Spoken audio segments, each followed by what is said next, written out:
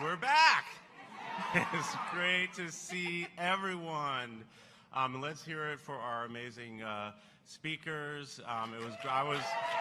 If you heard clapping backstage, that was us. So much energy in this room, all the leaders, all the activists, all the elected officials. Thank you for having me and letting me say a few words. It means a lot. And I see you all out there. I've seen you out all around the country fighting for all of us, fighting for our rights. So I see it. We all see it. But let's just go back a year. I remember where I was, but I also still remember how I felt. And I'm still angry a year later. But I could remember it. I was here in D.C. My wife, the Vice President, Kamala Harris. It still never gets old saying that. But she was on Air Force 2 traveling to an event, and the news hit, so she was able to see it. And she called me within seconds. And it was something like, Dougie, they actually did it. They actually did it. And then within minutes, our then 23-year-old daughter, Ella, texted me. And I hear from her when I want to hear from her, but this was one of these, Dad, you need to do something about this. And then within minutes after that, my 80-something-year-old mother, Barb, again, I don't hear from her unless I need to hear from her. It was like, honey, you need to do something about this. And think about that, a woman of that age, of that generation, and she was one of those women who was out there fighting and marching and fighting for the rights that have been just drastically ripped away. And that was my mother. And now think about it. All these years later, 23, now 24-year-old daughter somehow is going to have less rights than my 80-something-year-old mother. That cannot stand. That cannot stand. Thank you. So like I said, I'm still angry about this, but like all of us, we have to turn that anger into action. So for my part, this past year, I've written articles, I've traveled and spoken all over the country, a lot of times to young men, to get them activated, to know this is an issue for them. And I've worked with these three groups, and I worked with a lot of you talking about the important issue of abortion access and reproductive freedom. And just yesterday, I had I have to say, a pretty painful group of conversations with medical providers. And hearing firsthand the horror stories that are now out in the news, but this is real life. And this has an absolute real-life impact on women. And these stories are horrific. These draconian laws in these states that have no regard for women's health, let alone our fundamental rights, are literally affecting, and sometimes fatally, the health of the women of this country. And us men, this is an issue for us too, all of us. And that's why I think it's important to use my voice in this microphone to talk about this issue, that abortion access, reproductive freedom is an issue for all of us, men, women, everyone. Because it affects us, and it affects our fundamental rights, and women cannot be less than. It's just the right thing to do. It's the right thing to do. So I could not be prouder to be part of this team led by our great President Biden, Vice President Harris. As you know, they are fighting for you each and every day for fundamental human rights and for the future of this country. And I get to see it firsthand. They have your back. They have all of our backs. And speaking of a leader, a warrior for so many issues, and again, I get to see it firsthand, someone who stands up for human rights, for women's rights, the rights of women and girls all over the world, not just here. Our amazing First Lady, my good friend, Dr. Jill Biden.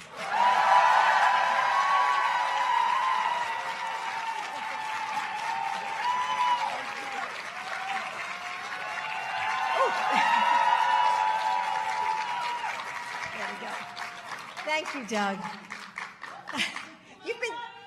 Thank you. I love you too. All the women out there with heels should just slip them off right now. You take them off. Take them off. Done. Because I've been watching from the backstage, seeing how long you're standing, and I said, "Are they all standing that long?" Yeah, slip them off. Slip them off. So, anyway, thank you. And as you said, this isn't just a women's issue. And we're never going to make the progress we need unless more men like you and like Joe are willing to speak up and get to work. So thank you, Doug, for your commitment on this. You're an amazing second gentleman, isn't he? Thank you.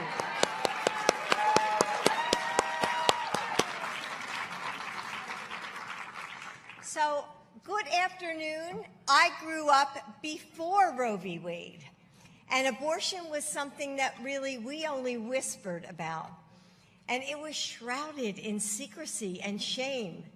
And in that silence, so much was lost. Security and dignity, dreams, and even lives. Roe changed so much. But a lot of people didn't want to talk about this issue. Maybe, I don't know, maybe they thought it was too political. Maybe they didn't think we needed to, because after all, Roe was the law of the land. But you, the advocates, have never been silent. You've worked tirelessly long before we lost Roe to protect women and strengthen the right to choose. Thank you for your work.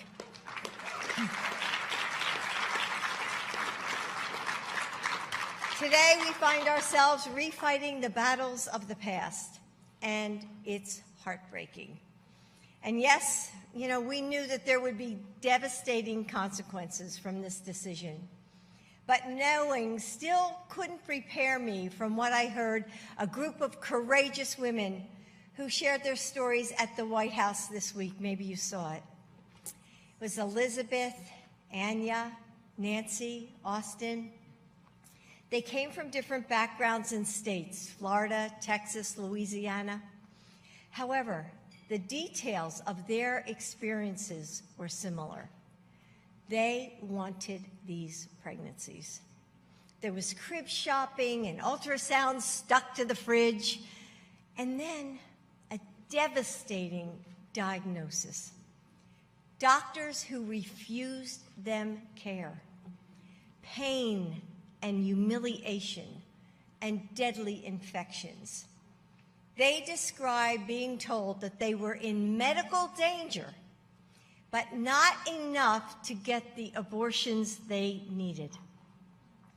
They talked about being afraid to tell people what happened, of feeling like a criminal as they fled their home state to get care, how their spouses felt helpless, terrified for their families.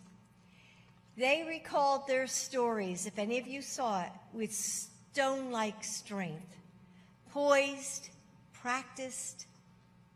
But then I would see a memory flash across their eyes, as if they were back in that bathroom, waiting for the worst, or praying that they'd make it to safety as they crossed the state line. Their voices would crack. They'd pause to fight back the tears. And we all waited in silence, grabbing a hand, breathing together through the pain. It was a sisterhood of survivors, not just of loss, but of a cruelty that made that loss so much worse. The women I spoke to didn't want to relive the worst moments of their lives, but they kept doing it. They tell their stories again and again, not for themselves, but for all of the women who can't. If they can raise their voices, how can we do any less?